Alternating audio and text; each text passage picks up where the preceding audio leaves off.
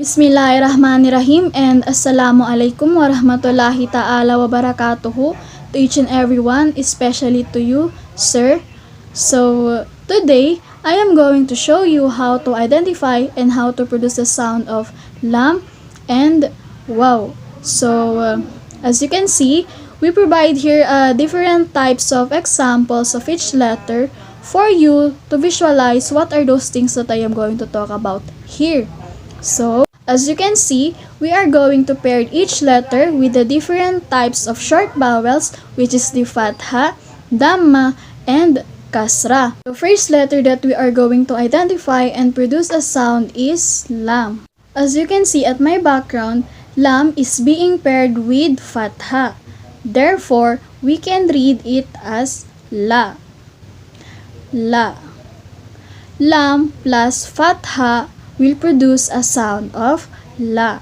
So the next one is lam paired with dhamma. So lam paired with dhamma will produce a sound of lu. Okay, so let's proceed to our next example, which is the lam being paired with kasra. So it can be read it as li. Li. Lam plus kasra will produce a sound of li. Li. And now, let's proceed to our next letter, which is waw. So, like we used to do in our previous given example, we are also going to pair waw with the different types of short vowels. Therefore, waw plus fatha will produce a sound of wa. Wa.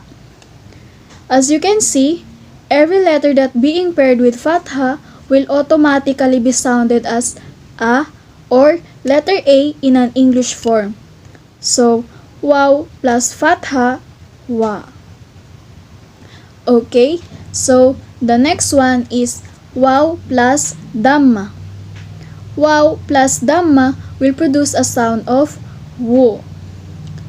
Wo. Like just what I said, every letter that we paired of those vowels will automatically be sounded the same. So, dhamma is a short vowel in Arabic that is equivalent as U or O in an English form. So, the last one is waw plus kasra. Waw plus kasra will produce a sound of li. Li. The same method of our previous examples. Every letter that we paired in kasra will automatically be sounded as E or letter I in an English form. So that's how we identify and produce the sound of lam and waw. And that's all, and shukran, wassalam.